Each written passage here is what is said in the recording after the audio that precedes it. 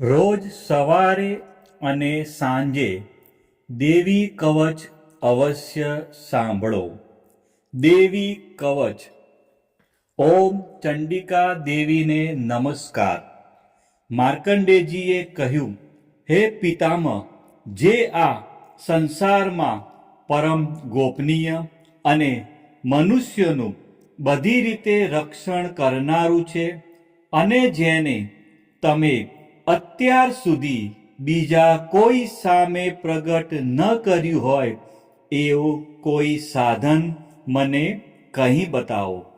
બ્રહ્માજી બોલ્યા, હે બ્રાહ્મણ, એવું સાધન તો એકમાત્ર દેવીનું કવચ જ છે, જે ગોપનીય કરતાં પણ પરમ ગોપનીય, પવિત્ર તથા બધા પ્રાણીઓ ઉપર ઉપકાર કરનારું છે.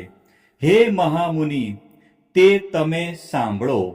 દેવીની 9 મૂર્તિઓ છે. તેમને 9 દુર્ગા કહે છે. તેમના અલગ અલગ નામો બતાવવામાં આવે છે. પહેલું નામ શૈલપુત્રી છે, બીજું નામ બ્રહ્મચારિણી છે, ત્રીજું ચંદ્રઘંટાના નામે પ્રસિદ્ધ છે, ચોથી મૂર્તિને કુષ્માંડા કહે છે, પાંચમી દુર્ગાનું નામ સ્કંદ માતા છે, છઠ્ઠી દુર્ગાનું નામ કાત્યાયની છે, સાતમું સ્વરૂપ કાલરાત્રિ, આઠમું સ્વરૂપ મહાગૌરી અને નવમી દુર્ગા એટલે સિદ્ધિદાત્રી. આ બધા નામ વેદ ભગવાન દ્વારા કહેવાયા છે. જ્યારે કોઈ મનુષ્ય અગ્નિથી સળગી રહ્યો હોય, યુદ્ધ ભૂમિમાં શત્રુઓથી ઘેરાઈ ગયો હોય, સંકટમાં ફસાઈ ગયો હોય તેનું, તથા કોઈ ભયથી ડરી ગયો હોય અને દુર્ગાનું શરણ લીધું હોય તેનું ક્યારેય કોઈ અમંગળ થતું નથી.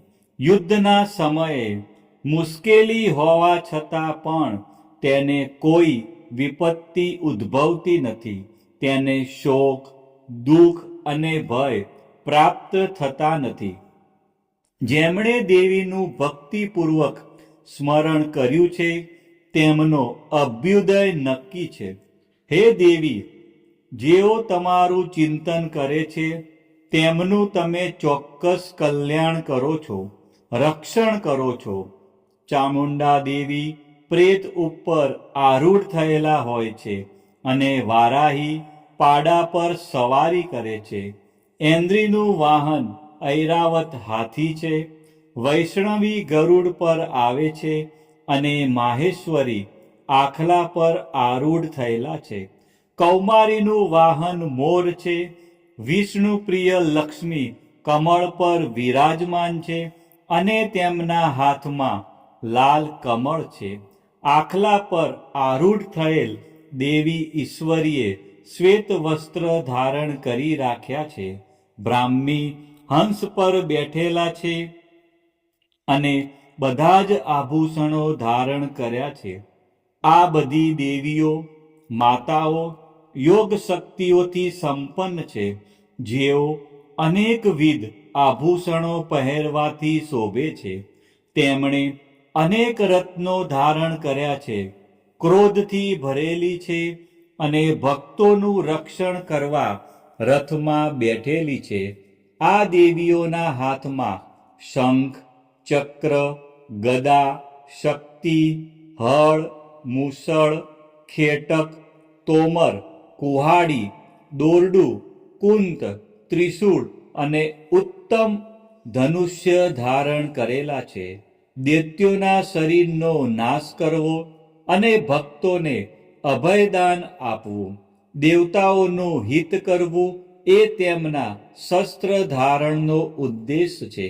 મહારૌદ્ર રૂપ, અત્યંત ઘોર પરાક્રમી, મહાબલી અને મહા ઉત્સાહયુક્ત હે દેવી, તમે મહાન ભયનો નાશ કરનારા છો.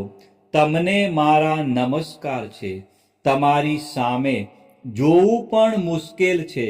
શત્રુઓનો ભય વધારનારા હે જગદંબિકા, મારું રક્ષણ કરો. પૂર્વ દિશામાં ઐન્દ્રી શક્તિ મારું રક્ષણ કરે. અગ્નિ ખૂણામાં અગ્નિશક્તિ, દક્ષિણ દિશામાં વારાહી તથા નૈઋત્ય ખૂણામાં ખગધારિણી મારું રક્ષણ કરે. પશ્ચિમ દિશામાં વારુણી અને વાયવ્ય ખૂણામાં હરણ પર સવારી કરનારા દેવી મારું રક્ષણ કરો. ઉત્તર દિશામાં કુમારી અને ઈશાન ખૂણામાં શૂલધારિણી મારું રક્ષણ કરો. હે બ્રહ્માણી, તમે ઉપરની બાજુએ મારું રક્ષણ કરો. હે વૈષ્ણવી, તમે નીચેની બાજુએ મારું રક્ષણ કરો. આ જ પ્રમાણે શબ જેનું વાહન છે તે ચામુંડા દેવી દસે દિશાઓમાં મારું રક્ષણ કરો.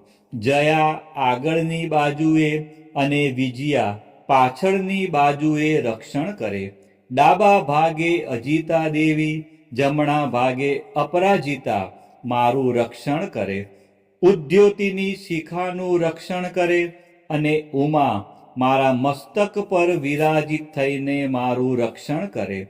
માલાધરી દેવી મારા કપાળનું અને યશસ્વી મારી ભમરોનું રક્ષણ કરે. ત્રિનેત્રા ભમરોના મધ્ય ભાગનું અને યમઘંટા દેવી નાસિકાઓનું રક્ષણ કરે. શંખીની બંને આંખોના મધ્ય ભાગનું રક્ષણ કરે અને દ્વારવાસીની કાનોનું રક્ષણ કરે. કાલિકા ગાલોનું તથા સાંકરી કાનોના મૂળ ભાગોની રક્ષા કરે. સુગંધા નાસિકાઓની અને ચર્ચિકા દેવી ઉપરના હોઠનું રક્ષણ કરે. અમૃતકલા નીચેના હોઠનું અને સરસ્વતી જીભનું રક્ષણ કરે. કૌમારી મારા દાંતોનું અને ચંડિકા કંઠ ભાગનું રક્ષણ કરે. ચિત્રઘંટા ગળાની ઘંટિકાનું અને મહામાયા તાળવાનું રક્ષણ કરે. કામાક્ષી દાઢીનું અને સર્વમંગલા મારી વાણીનું રક્ષણ કરે. નીલગ્રીવા કંઠના બહારના ભાગનું અને અન્નનલિકાનું કૌબેરી દેવી રક્ષણ કરે. ખગીની બંને ખભાઓનું અને વ્રજધારિણી મારા બંને બાહુઓનું રક્ષણ કરો. દંડિની દેવી બંને હાથોનું અને અંબિકા આંગળીઓનું રક્ષણ કરે. સુલેશ્વરી નખોનું રક્ષણ કરે અને કુલેશ્વરી કુખ પેટનું રક્ષણ કરો. મહાદેવી બંને સ્તનોનું અને શોક વિનાશિની મનનું રક્ષણ કરે. લલિતા દેવી હૃદયનું અને શૂલધારિણી ઉદરનું રક્ષણ કરે. કામિની નાભીનું અને ગુહેશ્વરી ગુહ ભાગનું રક્ષણ કરો. પૂતના અને કામિકા લિંગનું અને પાડાને વાહન બનાવનાર દેવી ગુદાનું રક્ષણ કરે. ભગવતી કટી પ્રદેશનું અને ઘૂંટણોની રક્ષા વિંધ્યવાસિની કરે. સર્વ કામનાઓ પૂરી કરનારા દેવી જંઘાઓનું રક્ષણ કરે. નારસિંહ દેવી પિંડીઓનું રક્ષણ કરે. તેજસી બંને પગોના પૃષ્ઠ ભાગનું રક્ષણ કરે. શ્રીદેવી પગોની આંગળીઓનું અને તલવાસિની દેવી પગના તળિયાનું રક્ષણ કરે. પોતાની વિકરાળ દાઢોથી ભયંકર દેખાતા કરાલી દેવી નખોનું અને ઉદ્વ કેશીની દેવી વાળનું રક્ષણ કરે. કૌબેરી રૂવાંટીના છિદ્રોનું અને વાઘેશ્વરી ત્વચાનું રક્ષણ કરે. પાર્વતી રક્ત, મજ્જા, વસા, માંસ, હાડકા અને મેદનું રક્ષણ કરે. કાલરાત્રિ આંતરડાઓનું અને મુકુટેશ્વરી પિત્તનું રક્ષણ કરે.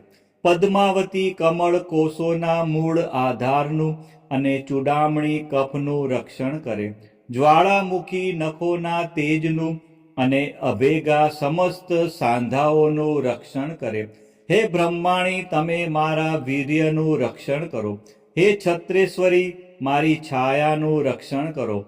હે ધર્મધારિણી, મારા અહંકાર, મન અને બુદ્ધિનું રક્ષણ કરો. હે વ્રજ ધારણ કરનાર દેવી, મારા પ્રાણ, અપાન, વ્યાન, ઉદાન અને સમાનનું રક્ષણ કરો. કલ્યાણથી શોભતા હે દેવી, મારા પ્રાણનું રક્ષણ કરો. યોગીની દેવી રસ, રૂપ, ગંધ, શબ્દ અને સ્પર્શનું, અને હે નારાયણી, તમે મારા સત્વ, રજ અને તમો ગુણનું રક્ષણ કરો. વારાહી આયુષ્યનું રક્ષણ કરે, વૈષ્ણવી ધર્મનું રક્ષણ કરે, તથા ચક્ર ધારણ કરનારા દેવી યશ અને કીર્તિ, લક્ષ્મી અને ધનનું તેમજ વિદ્યાનું રક્ષણ કરો. હે ઇન્દ્રાણી, તમે ગોત્રનું રક્ષણ કરો. હે ભૈરવી, પત્નીનું રક્ષણ કરો. હે ચંડિકા, મારા પશુઓનું રક્ષણ કરો. હે મહાલક્ષ્મી, પુત્રોનું, સંતાનોનું રક્ષણ કરો. હે સુપથા દેવી, મારા પથનું, અને ક્ષેમકરી દેવી, મારા માર્ગનું રક્ષણ કરે. હે મહાલક્ષ્મી, રાજદ્વારી કાર્યોમાં મારું રક્ષણ કરો. તથા સર્વ બાજુએ રહેલા વિજયા, ચારે બાજુ રહીને રક્ષણ કરો. હે દેવી, જે સ્થાન દેવી કવચમાં કહેવાયું નથી અને તેથી રક્ષણ વિનાનું છે, તે બધા સ્થાનો તમારા વડે સુરક્ષિત થાય, કારણ કે તમે વિજયશાલિની અને પાપનાશીની છો. મનુષ્ય પોતાના શરીરનું ભલું ઈચ્છતો હોય તો તેણે દેવી કવચનો પાઠ કર્યા વિના એક ડગલું પણ ભરવું નહીં. દેવી કવચનો પાઠ કરીને જ યાત્રા કરવી. દેવી કવચના પાઠથી બધી બાજુથી સુરક્ષિત થયેલો મનુષ્ય જ્યાં જ્યાં જાય છે ત્યાં ત્યાં તેને ધન લાભ થાય છે તથા સઘળી કામનાઓ પર વિજય પ્રાપ્ત થાય છે.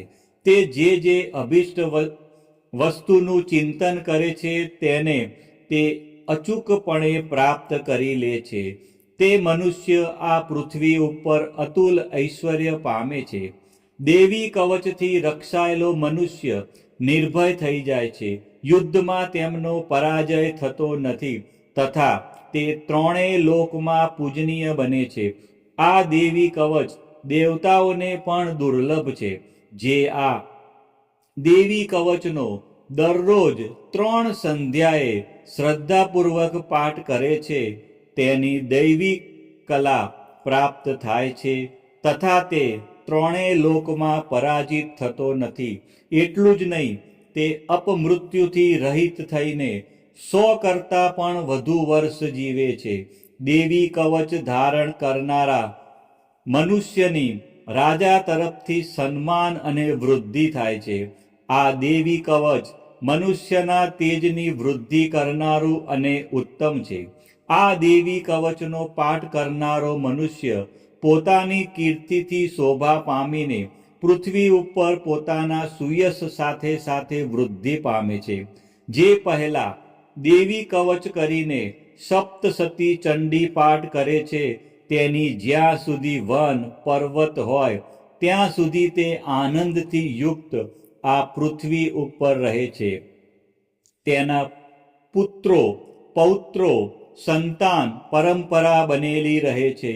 પછી દેહાંત થતા તે મનુષ્ય મહામાયાની કૃપાથી નિત્ય પરમપદને પામે છે. જે દેવતાઓને પણ દુર્લભ છે તે સુંદર દિવ્ય રૂપ ધારણ કરે છે અને કલ્યાણ શિવની સાથે આનંદનો ભાગી બને છે. દેવી કવચ સમાપ્ત. બોલો શ્રી અંબે માત કી જય, ચામુંડા માત કી જય, ખોડિયાર માત કી જય, ઉમિયા માત કી જય, મહાકાળી માત કી જય, બહુચર માત કી જય, 64 જોગણી માત કી જય, સધી મોગલ માત કી જય. આ પ્રમાણે રોજ સવારે અને સાંજે દેવી કવચનો પાઠ અવશ્ય સાંભળવો.